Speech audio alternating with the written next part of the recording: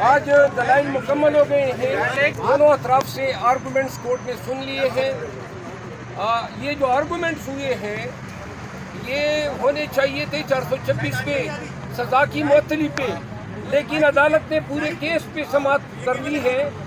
اب اس کے بعد ایک نیا مرحلہ سامنے پیش آیا ہے کہ حکم محفوظ کر لیا گیا ہے۔ تو اب عدالت نے حکم محفوظ کیا ہے کہ آج بھی سنا سکتے ہیں، کل بھی سنا سکتے ہیں۔ بہتر ہو پاکستان بھر کے عوام جو ہے ان میں انگزائٹی ہے، اگر یہ مقدمے میں آج فیصلہ سنا دیتے ہیں کیونکہ معطلی ہے، شارٹ ٹرم سینٹینس ہیں، بہت ساری جو مشکوک غلطیاں تھی ٹرائل میں اس سے عدالت کو آگاہ کیا گیا۔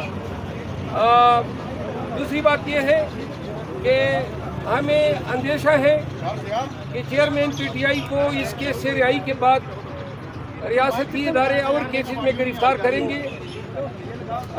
اس ضمن میں اگر آج حکم جاری ہو جاتا ہے توشہ خانہ کیس میں رہائی کا، تو آج ہمیں علم ہو جائے گا کہ آیا چیئرمین پی ٹی آئی کو آزاد کرتے ہیں یا ان کے خلاف کوئی نیا کیس جو ہے اس میں ان کی گرفتاری ڈالتے ہیں۔ دوسری صورت میں پاکستان تحریک انصاف کی لیگل ٹیم جو ہے مجاز عدالت سے ریلیف کے لیے رجوع کرے گی۔